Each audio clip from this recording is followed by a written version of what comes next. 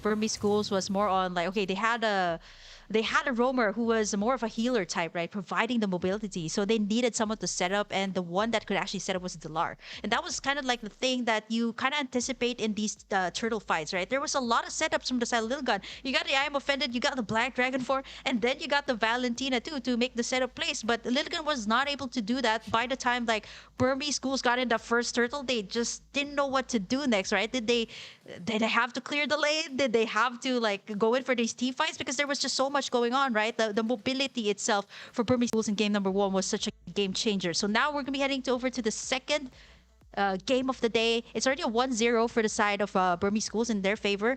And let's see, they're on the blue side this time for Burmese schools, so they can actually pick up some of these heroes that are a huge priority for a lot of the teams. The Ruby, not unless it's gonna be Lilgun banning it out. Yeah, they're definitely going to possibly ban it out. I mean, there's still a lot of meta on the table, though. Interesting enough, a Guinevere still available, can definitely be picked up. We mentioned the Aurora being a secret weapon now, with that Frigid Glacier stepping up into the zone and freezing everybody. And then that Pride of Ice for that passive, literally like a built-in Winter Truncheon.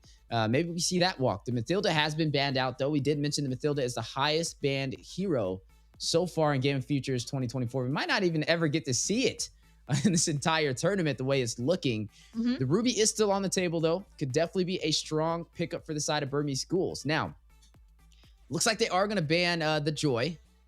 That was banned last game as well. So it's kind of a little bit more standard on what we're seeing from the last match, which means that we might see a little bit more of a similar composition from both sides as we are jumping into this match. I do think the Ruby would be an excellent pickup, though. Like we said, it could be flexed into the XP lane. It could be put in the roam position, and it still performs the same. Great sustainability and some amazing CC. Yeah, the Guinevere 2 that you pointed out, right? That was banned away earlier in game number one. The CC that I'd say it's really annoying to deal with in the lane. It's very tanky. It dishes a great amount of damage, and the fact that it can actually tank up to all these to all the damages that it can receive. It's actually one of the bans here that Lilgun put in. They didn't ban away the Nolan, so I think they're just considering at this point that Saksa will just go in for either a Martis, one of his comfort picks rather, or maybe even go for like a Barrett's. That was there right on cue. Barrett's that he picked up in the first game. A little bit early, I would say here, but Lilgun can actually counter it out, right? The Ruby is up for the taking here for Lilgun.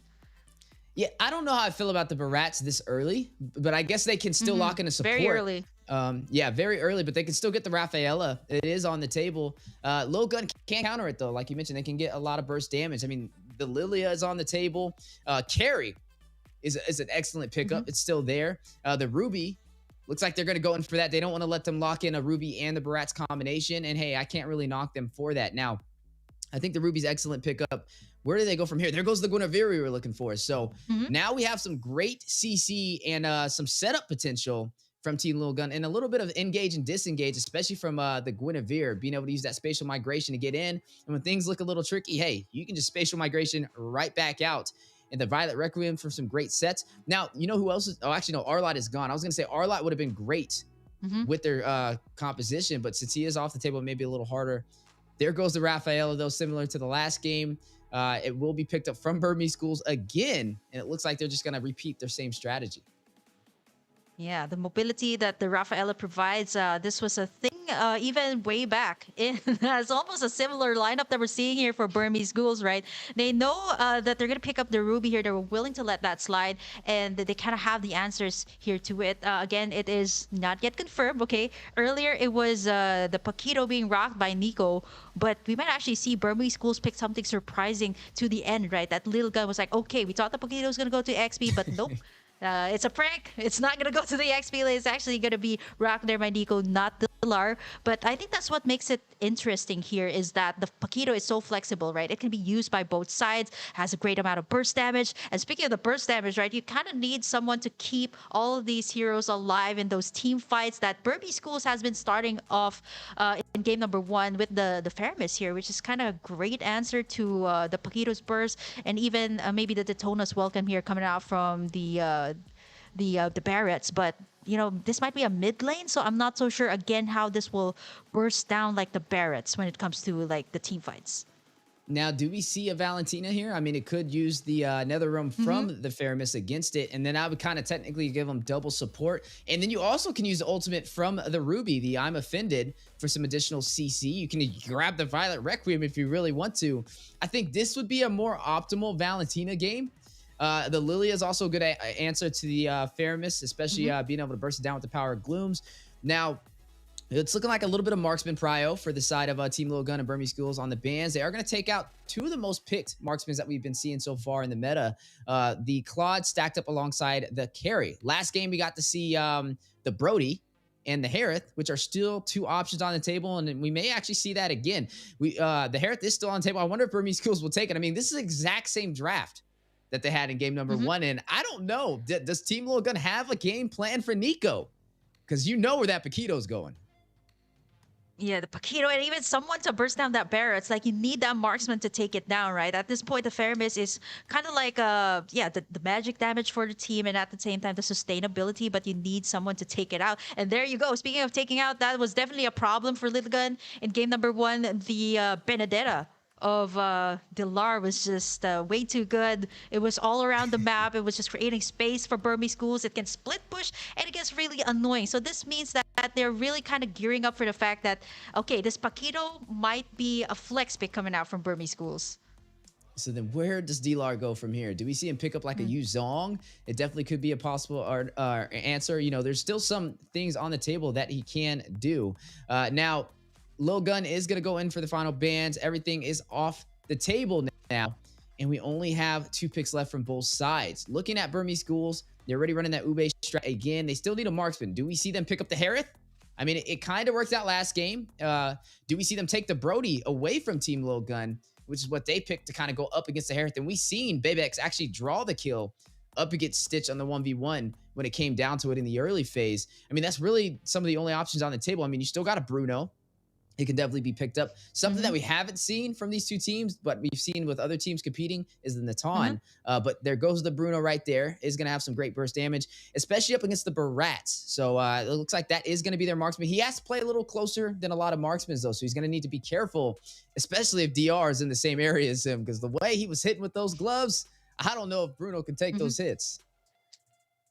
Yeah, especially he has to watch out for that, right? Either Nico or Dilar. This Paquito can definitely take down this Bruno, especially in the early game, right? And we see that happen for Burmese Schools. They were so proactive in the early game. Now, for the final two picks here, it can kind of confirm that where this Paquito is going to go. Is it going to be once again an uncontemporary draft for the side of Burmese Schools or not? They need someone that has magic damage because so far it's only the Rafaela. I like this Nathan coming out from the side of Burmese Schools. I do see this coming out from different teams, but this is going to be the first time that I'm actually seeing it here in Games of the Future. And Burmese School is going to be locking it in with that Lapu Lapu. They need someone to set up apart from Nico here. I mean, at some point, right, there was also like a Lapu Lapu mid lane if you can kind of think about it. But now they have to think about it, like who's going to go to the XP lane here. They pick up the Nolan here for the final pick of LILGUN.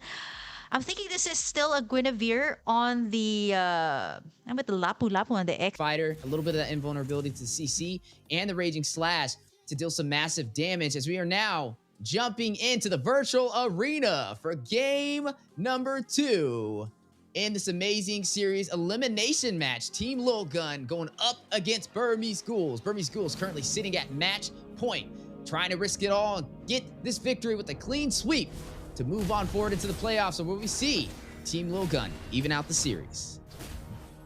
Yeah, looking at Burmese Schools, again, they have this tanky front line, these fighters that can really clear out the lane so fast, and they see it like Nico clearing out the wave a little bit ahead against Forbid. And now you see kind of Burmese Schools rotating all around the map, giving the vision here to their side, making sure that they get all of these creeps here. Even before their jungler can take it in. And this Nolan, right, is that kind of hero that can snowball very early once you give it that space. But looking at Burmese Schools, they're just, poking up against LILGUN here and making sure that these heroes just go back to their base before the first major objective, which is the turtle. I do like the fact that they put in this Ruby on the XP lane, that they can definitely keep up with the Lars Lapu Lapu. You know, in game 1, we saw Team LILGUN kind of running and gunning and get 2 early kills.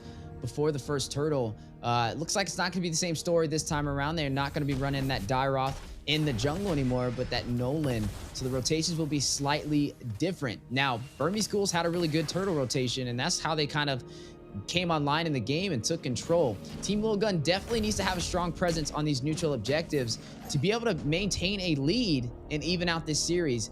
Burmese Ghouls is going to be focusing on trying to pressure them in the early phase. They know if we can get a slight advantage up against Team LILGUN, they have a hard time finding a way to come back from it. Yeah, no one has picked up the first blood yet. It's already 2 minutes in. A lot of these pressures have been centered towards this XP lane. The Lar making sure that he clears out the lane here before Aizen. But here comes Saksa though with the Detona's welcome. Will connect, possibly get a kill. D-Lar shuts down Aizen with the alley-oop from Saksa on the bot side. And now we'll go to the turtle. Ethan already pulling the aggro with the Guinevere. Yeah, I love the combination that Dilar and Saksa is doing here, right? The connection that they have, making sure that Saksa goes in at the right time. Dilar was just baiting everyone from LILGUN to come in and getting Saksa to get in that nice Detona's welcome and pick up the first blood. So this was the same thing as game number 1. If you keep on giving Saksa all these kills, he's just gonna get farmed up. But, you know, I did mention a little bit of the early game here coming out from LILGUN. It's gonna come in the form here of this Nolan that is pressuring out the gold lane here of Burmese Ghouls, which is pretty much what they did too in game number 1. So it's kind of like an even trade. They trade off that gold lane for that turtle, which is still pretty much still worth it right now, since the golden is the one that kind of carries the game in the mid to late game. Yeah, I definitely agree with you. Taking down Stitch is key. At least they got a trade from it, right? And not letting them get something one-sided. But they got to make sure they can get Stitch on point. Zara will get another, though. It's going to find Nico. Detna's welcomes from Saksa for the stun on the wall. Zara able to get out. But Ethan taking a little bit of blows. Nobody will fall in this engagement, but LILGUN now having the lead 2-1 on the scoreboard. Well, usually I see the Nathan using in like the Inspire there to be able to get that attack speed up, right? But as of the moment, you can see for 2,456. Actually, Stitch still has a little bit more gold up against Bebex. All care of the pokes coming out from him. Once he gets that entropy up, once he gets those items up, he actually get a very early Feather of Heaven there. So this is actually kind of good up against the Bruno, who's kind of building up to be tanky. But here over at the jungle side, Saksa though, nice tug in there by Sora. Another room going out for the sustainability. Ethan getting the kill. Spatial migration onto D-Lar. Saksa trying to get out of there. Nobody to help him. Nico joining the party. Hit with the chain. CC and Aizen won't find Saksa. Nico very low. Spatial migration in for the double. And Aizen, a 2-for-none trade on the over-aggressive play from Burmese Ghouls on the purple buff. This is exactly what they need to do, right? Keep on pressuring Burmese Ghouls, keep on pressuring Saksa, right? To give the space for Zora, who's already standing at the 2-0-1, and there we have it. The LILGUNs, let's see if they can go for the punish here. D-Lar trying to get a slam dunk on Zara, not able to hit it with the Brave Spider Raging Slash, and now a stun on to Ethan. Detna's welcome. Nico, heavy left punch will find him. We're talking about Nico's Paquito. Did just find his first kill of the game, but he's found 2 deaths so far. Not as hot as he was in the last game. Yeah, this was all care of the Eden setups here. Getting in that spatial migration and that Violet Requiem onto him, right? He does not have the Purify, though. So that's something that he has to watch out for. Nico actually chose the Flicker, right? To get in that extra mobility and that extra play if you want to get in that knock-up punch and that Flicker play coming out. Nico, once again, trying to set up the play here. But he does not have the full charge just yet, so... Yep, he's going for Bebex instead. There you have it, 2 punches to seal the deal there. I think, you know, if he went for Zora there, it would have been a different story. The Nolan is so much more mobile, right? So he chose the right target, took out the gold hitter, which is pretty much good enough. 1 for HP here for the turtle. Let's see if Saksa will be able to take it. Yeah, 25% HP, anybody's turtle. Saksa will claim it for the Burmese Ghouls. Possible turnaround. Stitch is going to claim a turret on the top side, uncontested. But speaking of contesting, heavy presence from the Burmese Ghoul. Now going to shift focus over to the purple buff. A little bit of invasion onto Team LILGUN. Looks like they won't be able to get it some good spacing over there from Zora. Still sitting 3-0-1, having a really good game. Team LILGUN looking like they're taking control of the early phase. Yeah, the 6 kills though, but they need to convert to either like a more tower takes here, space all across the maps, and maybe even take in like the turtles that Burmese Schools has been taken so far in this current game. 6 minutes in, Laster's gonna be spawning in, but look at Nico's damage though, like forcing Ethan to back away. And this is something that LILGUN kind of has to face check their bush first before Nico decides to make in this play. I actually want to see the items that he has picked up. He has also been clearing up the waves over at the top side, making sure that Burmese School still has that space. Gold lead, no one is leading just yet, all because of the fact that LILGUN has been taking the kills and Burmese Schools has kind of been equalizing that by taking in the turtles. Yeah, right now it's still pretty much an even game. I mean, both sides were able to take a turret. Only a 400 gold lead for the side of LILGUN, even though they're up by 3 kills. I mean, when we're comparing Zara over to Saksa, he is up in levels only by 1 though. So I would still say this is a very close game. But the later this goes, the beefier Barats will get. He does have Blink to be able to keep him alive. But Bebex, if he can get those core items, he may have the damage necessary to shut down Saksa, as long as his team has the anti-heal to be able to stop Blink from keeping him alive. The thing here is that when you see the lineup here of Burmese Schools, and if you don't know these players, like you wouldn't know, like you at this point you might actually think Nico's an XP later, right? With the way he's clearing out the waves there on the top side. A lot of these wave management, like Burmese Schools, is just so good with their wave management. You can see that not only do they keep their lanes in check, but they're always in the prime position to take in the turtle. But here though, see, that's a problem for Dilar. He gets taken down here, but all the ultimates have already been invested. Here comes Saksa though. Trying to get in the kill. Activated. There comes the call out. Blink is going to take down Forbit. Stitch finds Ethan. That is going to be a 1-for-2 trade. Nico takes down Aizen. Members are falling left and right, but Team LILGUN still ahead on the scoreboard. Zara will find Nico. Is able to take him out. He's very low, though. He did take a couple of hits before taking him down. But you are looking at Burmese Schools focusing on this Lord Forbit, trying to contest Bebix in position. Zora may be able to rush in with the Retribution, getting Saksa very slow, low, though. Stitch dealing some damage. Yeah, you are seeing the entropy go out. The Lord? Fracture in place. Saksa will get the Lord for the side of Burmese Schools. D-Lar with the shutdown, though, is going to find Zara. And that is going to be still 7-9. Burmese Schools claims the Lord. Oh, Dilara leading the charge. You see the way he was able to zone out Sora there and making sure that he was the one taken down, but this is going to be a problem. Look at the damage coming out from Ethan, though. I would say, I mean, that Lord is going to be huge for the Burmese Schools, right? Everybody spawned in. This may open up the opportunity for them to clear some of these tier 1 turrets, either in the mid or the bot side. And if they can take the mid one, they'll be able to kind of invade onto the orange and the purple buff and keep LILGUN at bay inside of their jungle. But LILGUN, they're not going to give it up without a fight. Definitely not, right? This is one way to get in all the lanes, and Burmese Schools did the same thing. Whoa, Nico there. And just getting that kind of revenge play up against Zora, who took him down. Actually shut him down right before the lore was up. So it's kind of like a burst damage from both sides coming out. Here's the thing, low kill score for both sides, but it is all purely about the objective takes here for the side of Burmese Schools and even LILGUN here. But they can take in at least the second tier towers here for the side of Burmese Schools. And if they don't manage to get in a nice setup here from Aizen, or maybe even get in that nice setup here from Ethan, it's going to be really hard here for LILGUN to actually bounce back. They need that shutdown. They need to take down the gold laners or those heavy hitters from the team. And that's one way to go. Take down Nico, who has been such a problem too here for LILGUN. Yeah, Nico, a little bit of an overextension. I'm not really sure what his game plan was over there rushing into the inhibitor. I mean, I know he has some heavy gloves, but they're not heavy enough to take down 4 members of Team LILGUN running against him. Now, with that over-aggressive play, I mean, they're slowly trying to equalize this economy. Team LILGUN now on the back end. They were leading for a little bit. Burmese Schools able to turn the lead with that Lord, able to take a lot of turrets, which means they are going to be leading now by 2,000 gold. But you are still seeing Team LILGUN take it to the mid-river, not afraid to take the fight into that mid lane up against Burmese Schools. That just shows you their confidence, right? They're ready to continue playing it out, but they have to be careful, because if Burmese Schools can get them out of position and take them down here, it'll increase that lead even more, and that snowball may turn into an avalanche, as you are seeing Saksa already starting to pull the aggro and invade onto that purple buff.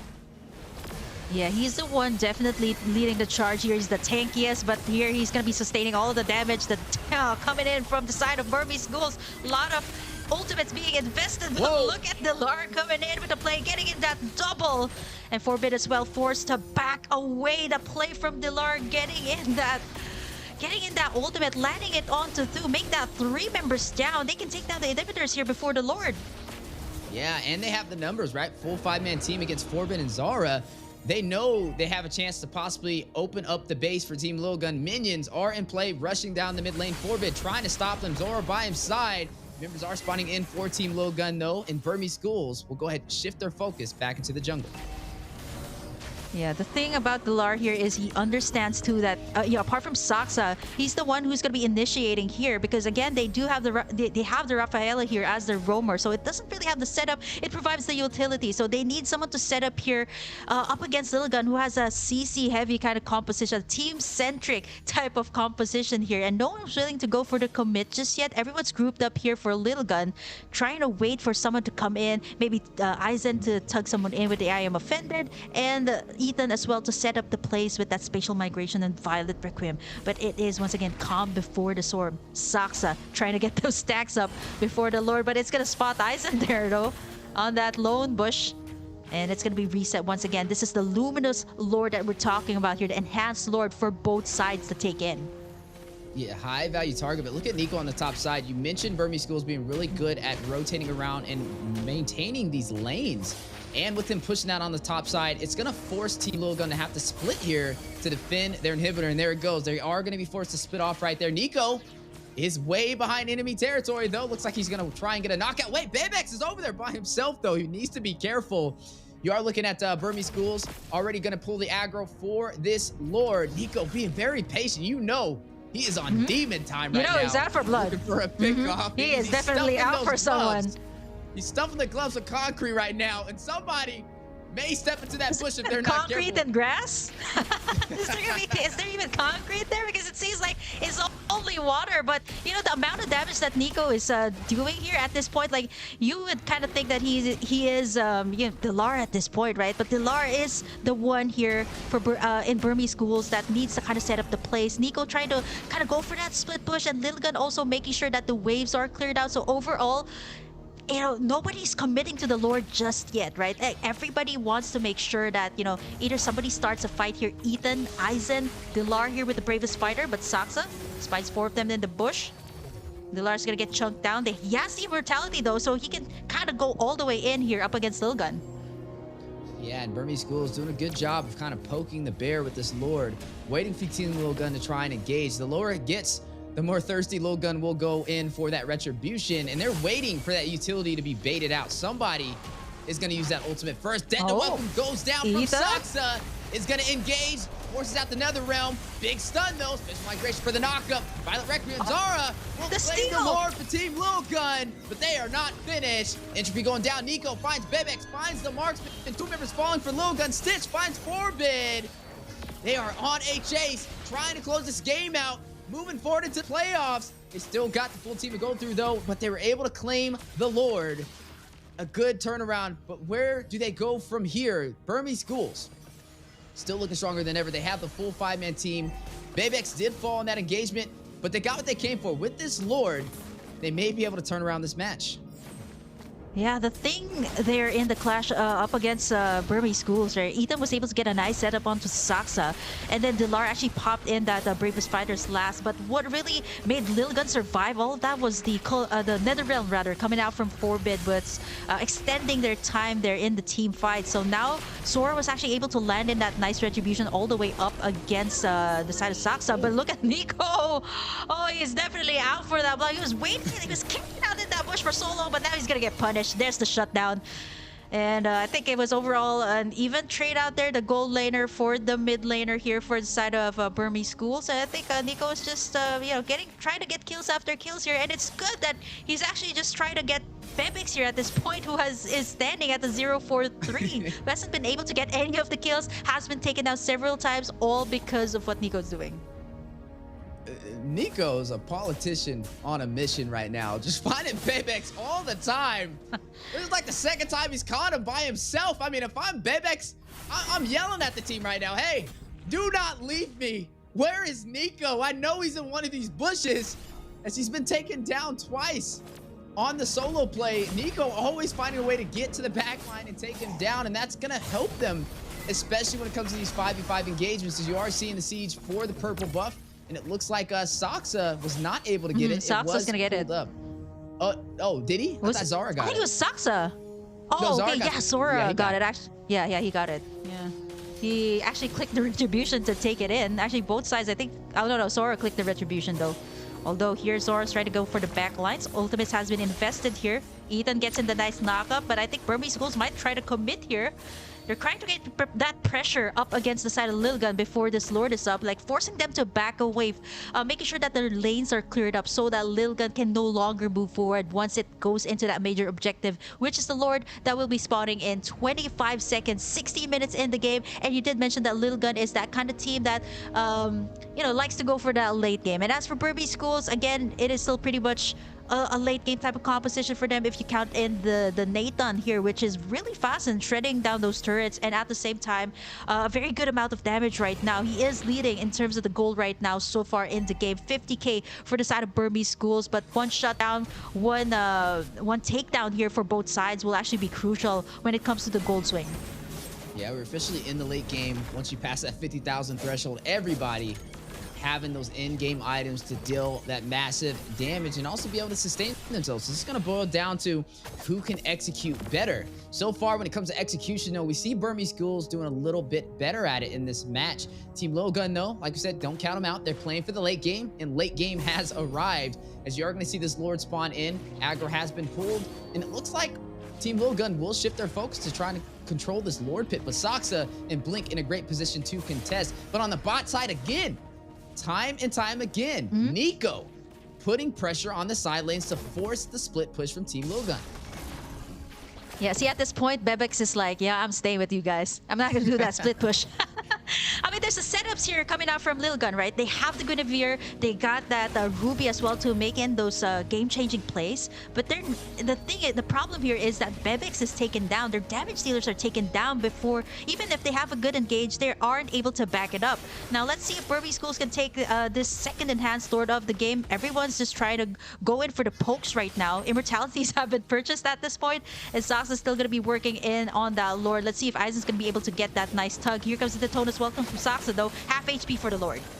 Yeah, they're fighting it out, but Nico on the bot side. Backdoor play. Nico, maybe on the way. Nico. They get back in time. Nico's going for it. Can he make it? He's risking it all. Full demon time. Stitch is going to find Aizen, though, on the Lord play. 25% HP. Bebex takes the fight to Nico, but he has assistance over here as he is going to be playing with Ethan. Bebex does take him down. He gets the sweet revenge he was looking for. Now Zara will shut down D-Lar. Battle for the Lord on the way. Fracture goes down. Immortality being procced. Zara very low. He has the retribution. He knows he cannot fall here, Everyone's or low. they will lose this game, and they will be knocked out of Game of Futures 2024. Burmese Schools, they are going to go in for this Lord now with the advantage of the separation. They may be able to take it, but they don't know where they are. Maybe they think they're still in the bush, so they are going to play a little bit safer. Still anybody's match.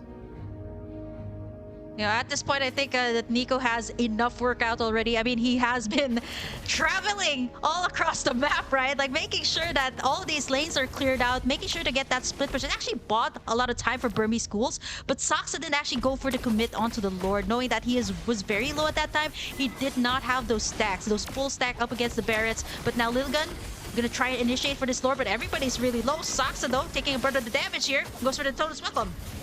Immortality being procced from both members, from both sides. Another round being activated. Forbid trying to keep the team alive. Nico gets one. Nico! Finds Zara.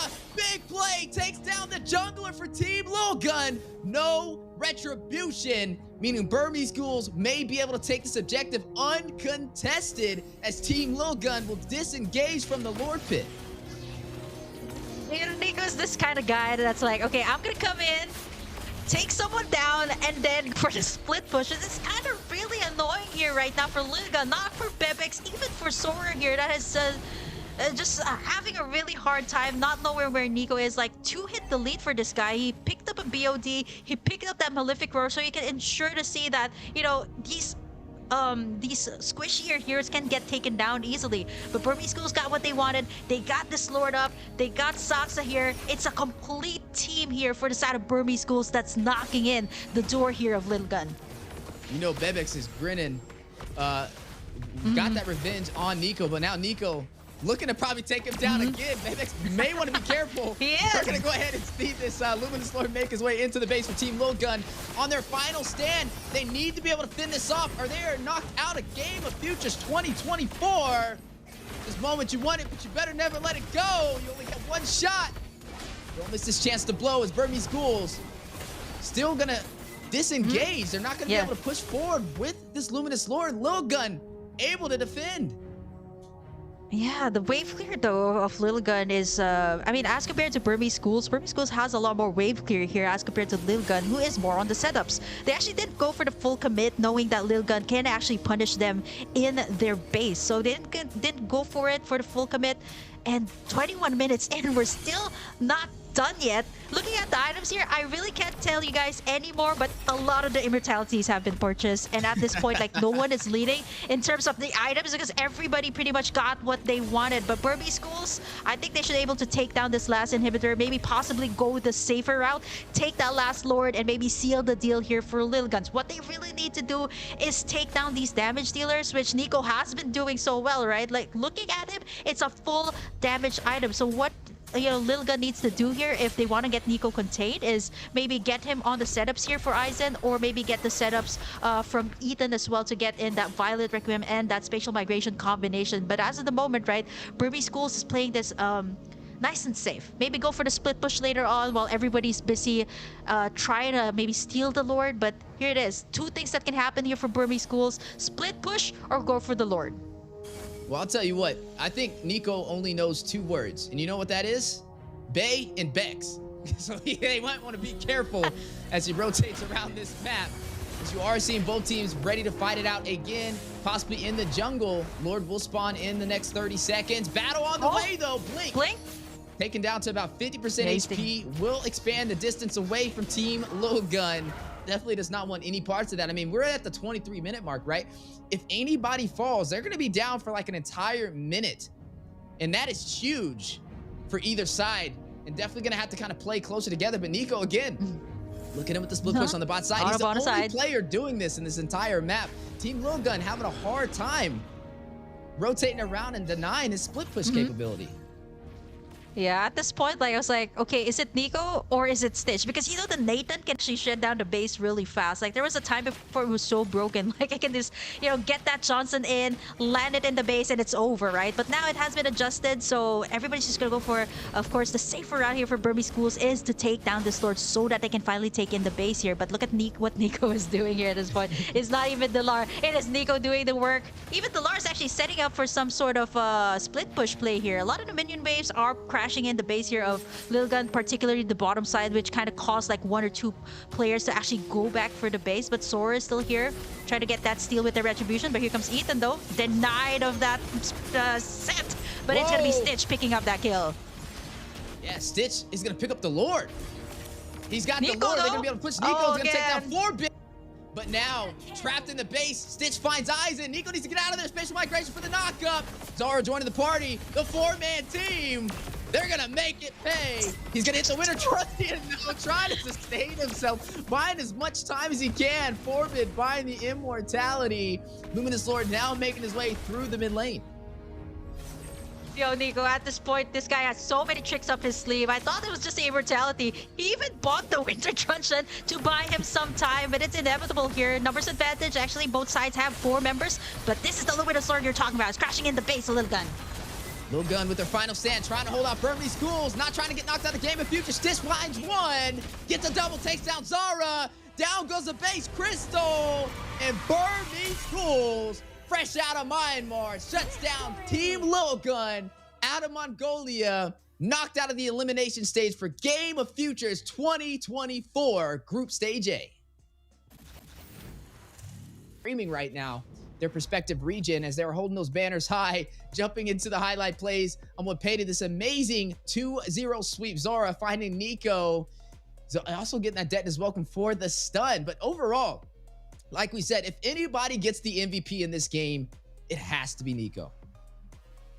Yeah, Nico, and even I think props also to Saksa and Dilar here, who has been soaking up the damage, and all Nico needed to do was just go in for the knockup strike, and he's able to dish out the damage here with that insane burst that Paquito has. But right now, what Lilgun actually did really well here in the early is Sora was actually on a rampage very early on, but see what Nico has been doing, Oh like god. he's target at first it was Bebex, and at that point, like where Sora was actually needed to be shut down, he actually did the exact same thing. There was some sustain coming out here from Lilgun in the form of that Nether Realm, but right after the Nether Realm is gone, Nico just does Nico teams. There was the retaliation there coming out from Zora, but it was not enough. By the time it reached the late game, like Burmese Schools was just playing on that fact that, okay, let's go for the Lord. Nico, you keep them busy by trying to go for the split force, or either try to get in a pick off onto Zora or to Bebex. A lot of great plays here actually from Burmese Schools and Lilgun. Nice setups, nice tugs. And unfortunately, the thing here is for Burmese Schools is that they executed it really well when it came to the late game. They just went in for the turret takes, going for the objective takes, and yeah, it was so much more easier to take in those objectives like the turrets, and then eventually go for the base turret. There's the revenge on Nico right there on the top side in the base too. That's when Bebix was able to get that kill over him.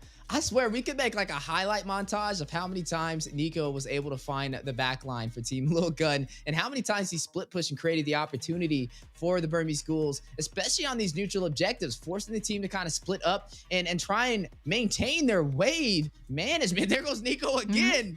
Able to get another hit. The man was just on fire. We really got to kind of pan over and see who gets the MVP this time around. I mean, Saksa was 0-1-11 at this point in the game, 24 minutes in. Has the highest assist of the game, but Nico's 9-6-4. He is pretty high on the death though, so I don't know if it'll go to him or not. As you are seeing the game winner right there, the Clash, to be able to claim victorious and get a 2-0 sweep, sending Team LILGUN home. As you're gonna see Myanmar push forward Burmese Schools, and there goes MVP. Wait a second, it's Stitch. Yep, it is gonna be Stitch of Burmese Schools as the MVP. And if you actually did notice, like the clashes, right? Like why a lot of the players from Little Guns are actually down low. It was all because of the entropy that the Stitch was actually popping in. Like yeah, props to Nico in this entire game. I still would say that he is my personal MVP here, getting down the backlines. But it was Stitch actually the one dishing out the damage. He was just taken down in the early part of the game care of Zora, but eventually he was able to bounce back, get in the items, and eventually get in a lot of these turrets. Like if you actually take a look at Stitch's turret takedowns here in this game, I think it should be either like more than 50% here. He is the MVP, but of course props to the other teams who definitely enabled him, definitely gave him that space to actually have this kind of KDA, right? 6-1-6 on this, and he has the immortality, and I did mention everybody has it by the time it reaches that 20 or 25-minute mark, right? And I was right. Look at the turret damage. Way more than anyone else, because he was the one pushing the lane up top that created actually a lot of the space here for Burmese Schools to actually take in the objectives, the Lord, and even the turtle. Props to Lilgun though for actually having in those setups, but unfortunately for Bebex and even Zora, the damage dealers here of Lilgun, they're not able to do so, all because of Nico's Paquito. You know, it's interesting too because Forbid had more damage than Bebex did in that game, 30% hero damage overall. That's just because they were able to find a way to shut him down, get into the back lane every time. If it wasn't Nico taking down Bebex, it was Dilar. But you did mention Stitch with the MVP. I mean, he did have the best KDA in the game. The man was